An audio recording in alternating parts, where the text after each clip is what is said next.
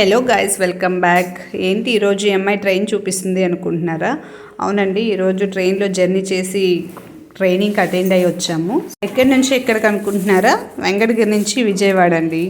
మేము నైట్ 12 గంటలకి ఇక్కడ ట్రైన్ ఎక్కాము వెంకటగిరిలో. సో ఎర్లీ మార్నింగ్ 7 కంతా విజయవాడలో దిగాము. ఏం ట్రైనింగ్ అనుకుంటున్నారా? మాస్టర్ డీజీ లక్ష్మీల ట్రైనింగ్ అండి.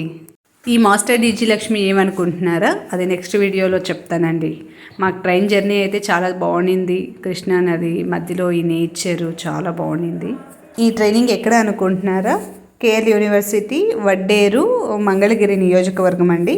విజయవాడ నుంచి దగ్గర అవుతుందని మేము విజయవాడ రీచ్ అయ్యాము. సో మాకు వచ్చేసి జాస్మిన్ ఫంక్షన్ హాల్ ఇచ్చారు. సో మేము అడ్రస్ ఎత్తుక్కోవడం కొంచెం కష్టం అనిపించింది. స్టూడెంట్స్ని అడుగుతూ ఇలా వచ్చేసాము.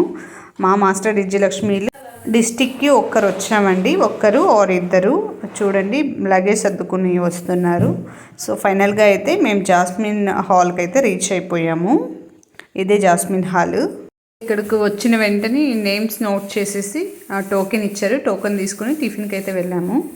హాల్ దగ్గర నుంచి చాలా దూరం అండి క్యాంటీన్. సో ఇలా టోకెన్స్ ఇచ్చారు. టిఫిన్ తిని టీ తాగేసి మళ్ళీ జాస్మిన్ హాల్కి అయితే వెళ్ళామండి. ఇక్కడ వెళ్ళంగానే మాకు ట్రైనింగ్ స్టార్ట్ అయింది. సో ఫస్ట్ ఆఫ్ ఆల్ మాకు ప్రేయర్తో మేము ఈ ట్రైనింగ్ స్టార్ట్ చేసాము.